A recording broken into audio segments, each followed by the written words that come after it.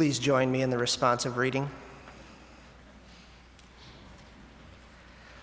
Love is not love which alters when it alteration finds.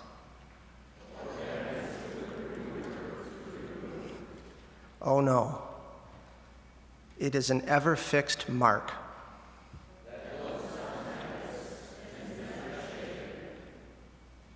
It is the star to every wandering bark.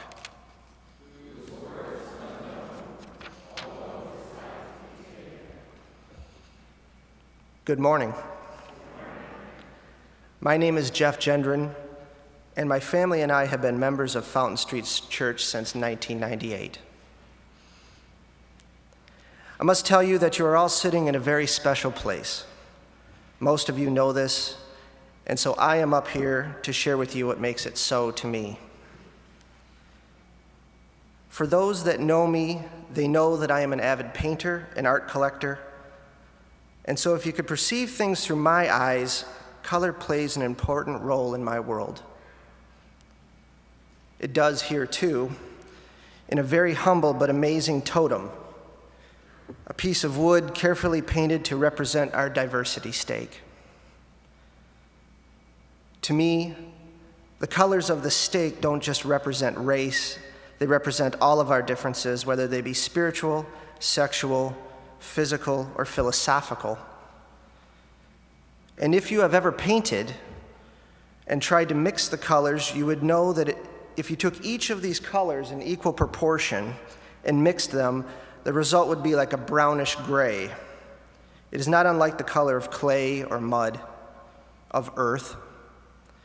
Each color seemingly lost somewhere in the mix.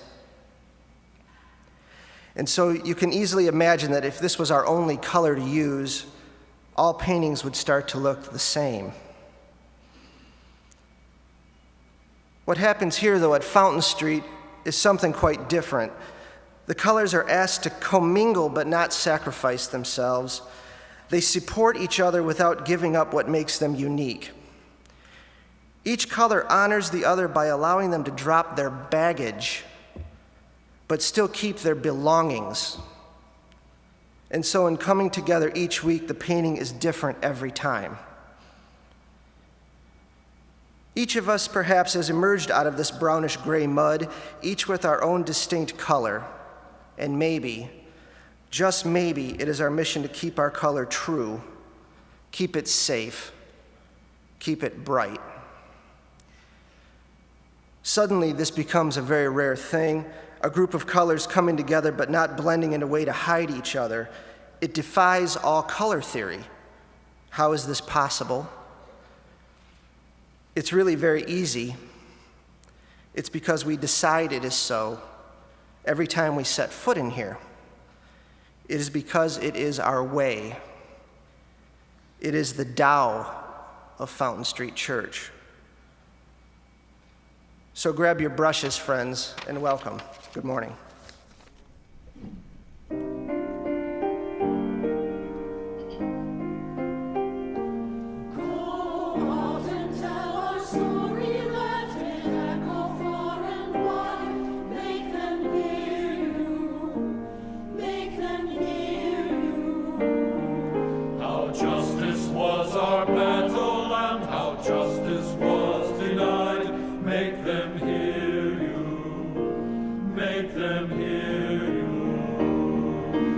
Say to those who blame us for the way we chose to fight,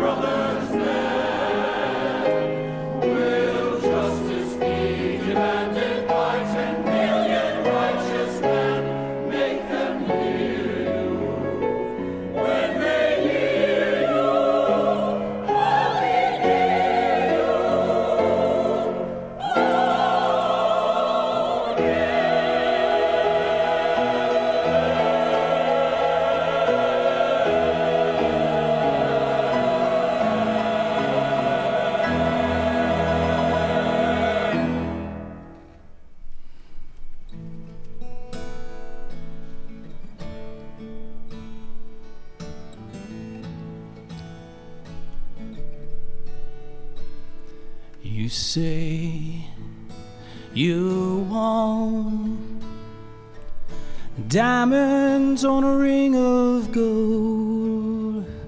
You say you want your story to remain untold, but all the promises we make, from the cradle to the grave, when all I want is you.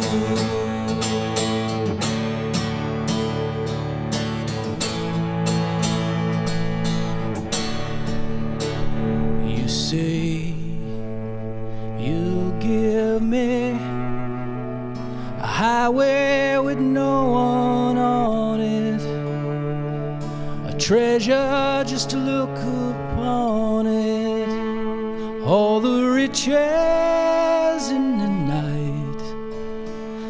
You say you'll give me eyes in a moon of blindness, a river in a time of dryness, a harbor in the tempest, but all the promises we make, from the cradle to the grave, when all I want is you.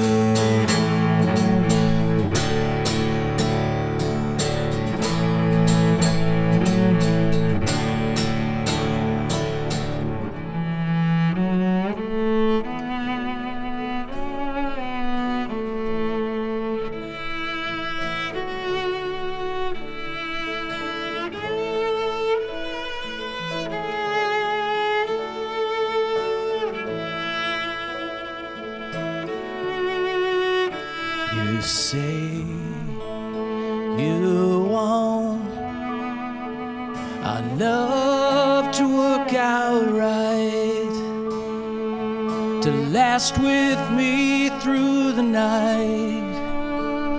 You say you want a story to ring of gold, a story to remain untold, your love not to grow old, and all the promises we make, from the cradle to the grave, when all I want is you.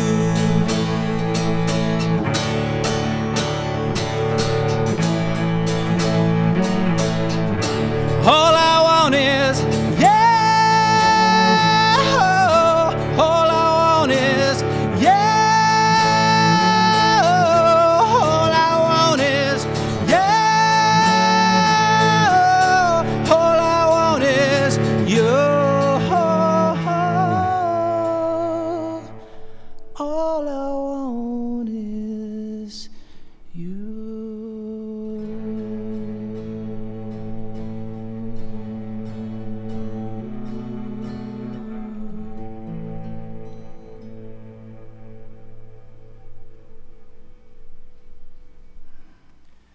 I want to say thank you to Lee Engstrom for playing for us today with extraordinary skill. It's really a beautiful thing you do.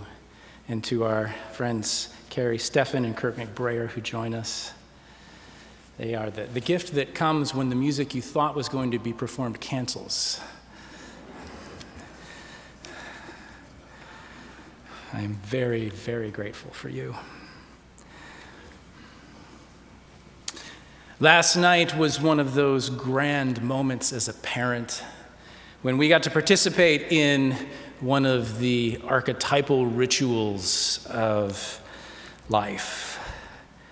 We sent 3 high schoolers to the Winter World Dance.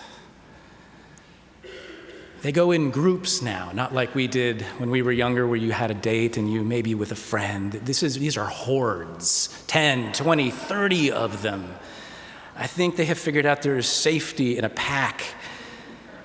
And it is a classic scene that has been repeated over and over for many of us when we were their age, 15 years young. Hormones and dreams stirred together, an elixir that is both exciting and awkward, beautiful and dangerous. Oh, and the parents are worse.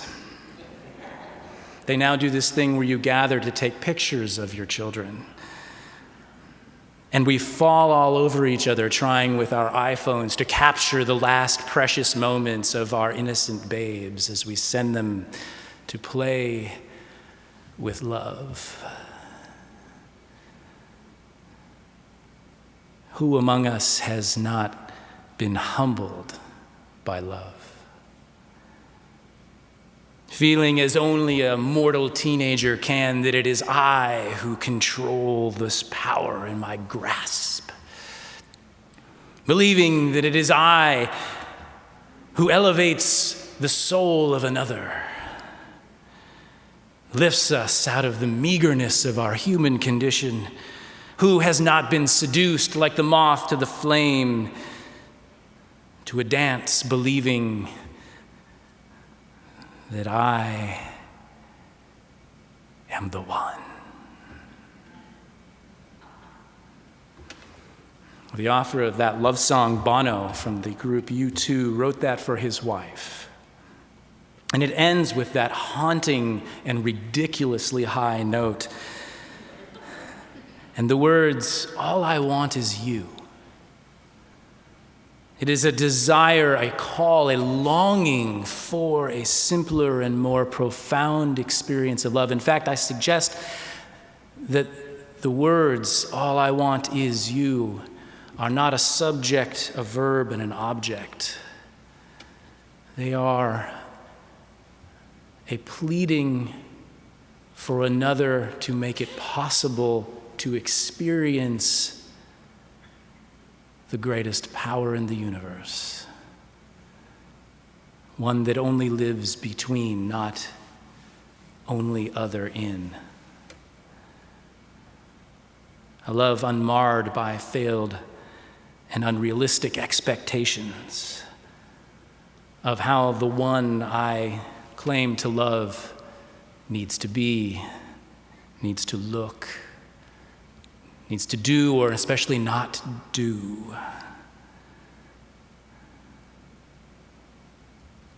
I am finally old enough to have presided over enough weddings that possess almost no understanding of love beyond what has been read in Cosmo or seen in a Disney movie to know we need something better.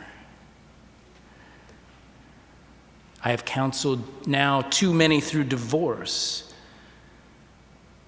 relationships that have never moved beyond the idea that love is something we are supposed to steal from one another. If you believe you are above this, I challenge you to go to one you love this week and ask them this question. Tell me, what have I come to steal from you? We can do better with love. And I suggest we must do better. We must do better not only for ourselves, but especially for our children. When I was a 20-something, I took my sense of what I thought I knew love to be, and I took it to a number of people I trusted greatly and asked them, should I get married? And not one of them had anything to say to me. They had all been humbled into a silence which is deadly. We need something to say about love.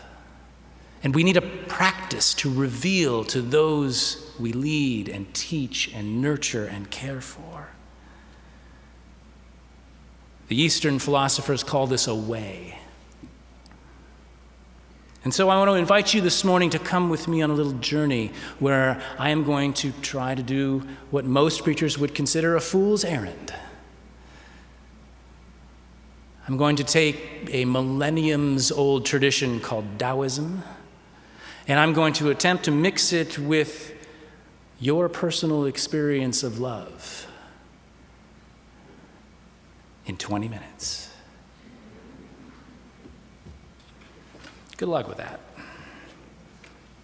I do want to hold the lens of Taoist practice, however, up as a place that each and every one of us, whether you were raised in the church or whether you were raised in a synagogue or raised in a secular home, there are some principles here which I believe circle around a practice and a vision for love which can be truly helpful. These 4 principles, and there are many more, but these 4, I believe, can help us. The principle of oneness, the principle of dynamic balance, the principle of cyclical growth, and harmonious action. The Tao is one. This is one of the great principles of the tradition. This idea of the Tao, for those of you who may have been raised with a personal God, a theistic religion, is something on the order of what is pointed to as, in Christian terms, the Word, or what the ancients called the Logos.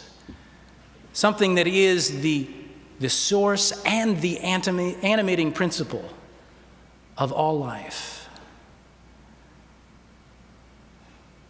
Taoism is not a theistic religion, but a philosophy. And so this source and this animating force are not a personal God, but something more akin to gravity. Gravity. What if love were not a feeling so much as a force like gravity? What if, like the Tao, it is one and everywhere and in everything? It is not something someone brings to you, but something that you already are. The only question is, how will you be in relationship to gravity, to love, to the Tao? If gravity is love, is the Tao, is true, this is not to suggest that love is not felt. Because we all feel gravity when we pay attention, don't we? I felt it particularly strongly last night as I shoveled my roof. Thousands of pounds of ice. And I had a memory in that moment as the beads of sweat were running down my forehead and I was beginning to be really tired of this project. But it was raining in our bedroom and that wasn't any fun either. I had that moment that I remembered when me and gravity met hard. When I was a boy, and I believed that the bed sheet I had commandeered up onto my ranch roof in California was all that I needed to parachute like G.I. Joe down safely to the ground. Have you loved like that?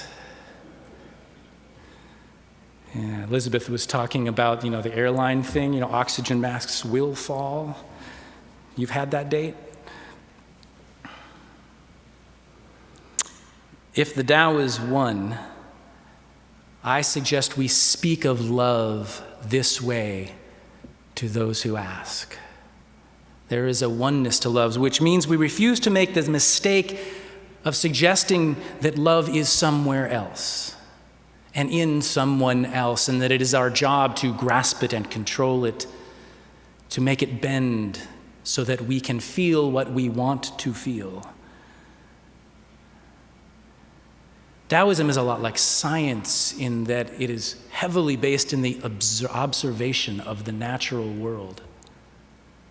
But it's different from science in that it refuses to make a distinction between the observer, the one looking, and the observed. And this is how I suggest it is with love. Love is a oneness which is always present, and we might be attentive to it between us. This is not to suggest that Taoism and thus loving makes no distinctions. In fact, your bulletin this morning reveals one of the great pieces of art, as Jeff mentioned, of Taoist tradition, the yin and the yang. I particularly loved this image because it is, as a great yoga teacher offered my wife and I, it reveals the truth of the second principle I'm speaking of today, that of dynamic balance. This picture does not have the clean lines so often suggested when we see this picture of the yin and the yang. It's rough around the edges, and it has this sense of spinning and constantly moving. This great yoga teacher that Dana and I ran into welcomed us into his home, in which I, very shortly after we entered, managed to spill an entire pot of tea all over his living room. And Dana looked at me like, "We're in the presence of greatness, and this is the best you've got, really?" And this little Yoda-like man who was so amazing, he looked right up and he just smiled. He said, "If it's not messy, it's not yoga." If love is not messy, you are playing with something other than love.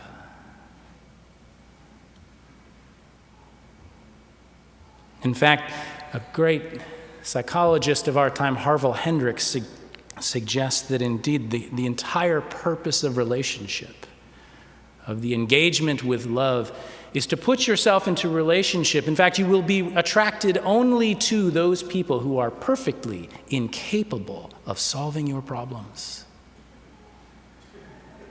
How many of you are married to that person? Thank them. Each of us is distinct. And matter of fact, the yin and the yang are the only way through which the Tao is able to become manifest in the created world. So it is that this oneness of force, like gravity, comes into the world only in relationships which balance one another. I'm here because I thought you would solve my problem, but the truth of the matter is you are totally incapable of doing that. And so the only thing left is for me to solve my own problem. And that is the only way love wins.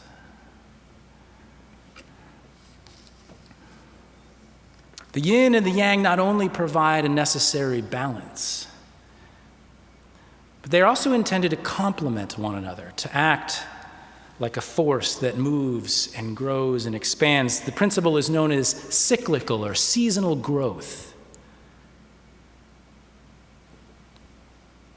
In nature, we see this as the sun, which is followed by the moon, which is then again followed by the sun, the light that follows the darkness, and the summer that, please, someday replaces winter.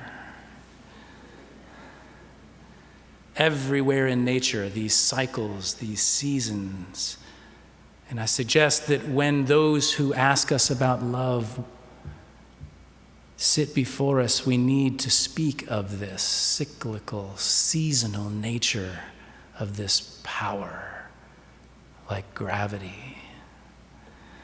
And so then the question for lovers is not, how can I stop the seasons from coming? But a humbleness before one another that simply asks, can you tell me what season it is? For I can't quite see today. Cyclical growth requires a willingness to be complementary, to take on different roles as the yin and the yang move in their cycles. I am not always the sun, and you are not always the moon. I am not always the light, and you are not always the darkness. Henry Ford's industrial model of a division of labor has not served us well in the world of love. It worked on the frontier when we needed one person to plow the fields and one to build the home. But we need something different now. Our son, Wills, shared a story with us last night. In this magical time in between the leaving for the event and the actual event, we gather to take these pictures I told you about. That ride from our home to the event involved his first encounter with the female of the species unaccompanied. And he took us aside and he said, "It was so great. She likes sports." And I was so happy for him because he was so nervous. But at the same time, I recognized that there now must come this time when I am responsible to speak to him about the reality that though she likes sports, she likes shopping too. And she wants to talk about her feelings.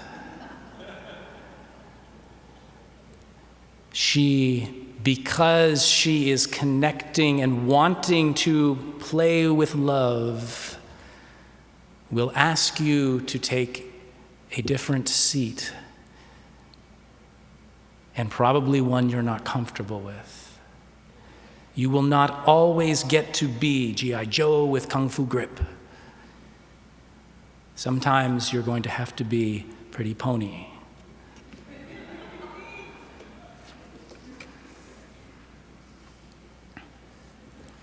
The final principle that really gathers these up has to do with how it is we choose to behave in love with the Tao. How is it that we can be successful in engaging the source and animating principle of the entire universe in a way that is, by definition, deeply messy, constantly changing, and expecting a kind of growth that will ask more of us than we ever imagined?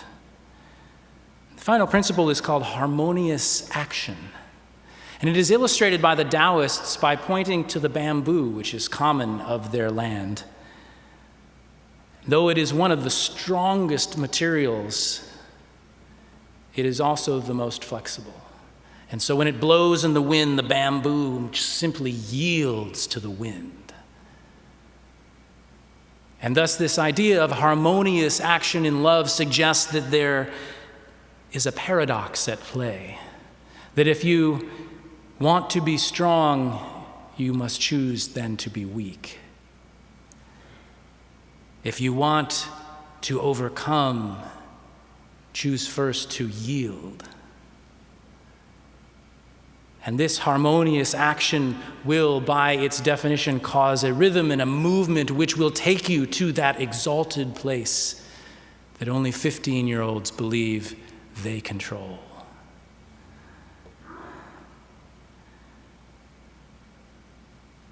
So I invite you to play with love this season,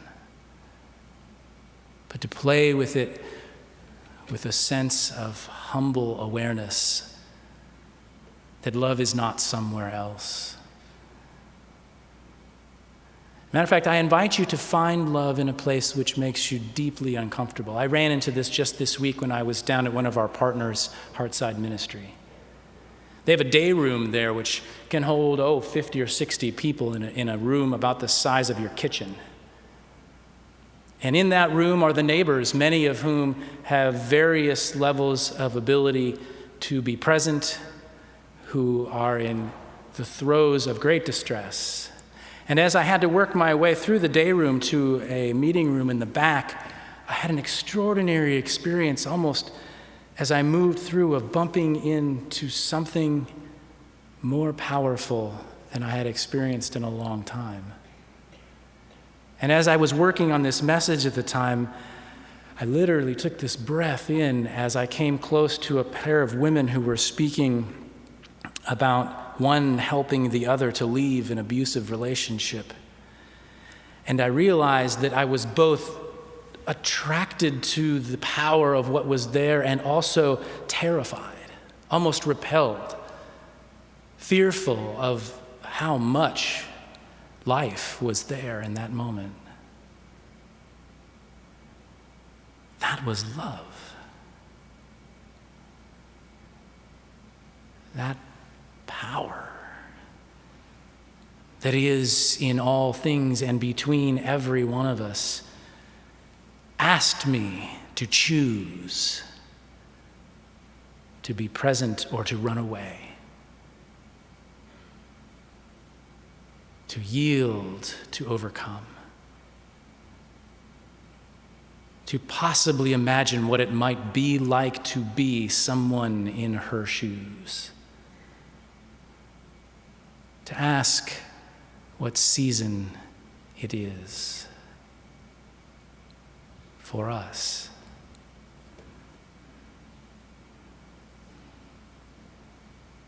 Let us speak to everyone who would ask.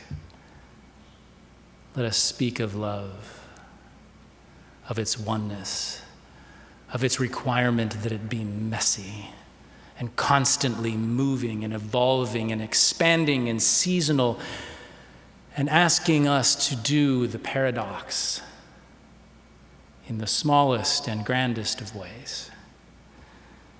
I invite you to practice with love. I dare you to speak so that those who come listening might dare to live. May it be so, and amen. Did you catch those words? The letter fails, the systems fall, and every symbol wanes. The Spirit overseeing all, eternal love remains. As we part ways this day, while our service has ended, our service out in the world continues. Go out, play with love, make a mess. Remember that gravity can be on your side, and speak of it and practice it. Go in peace and go in love.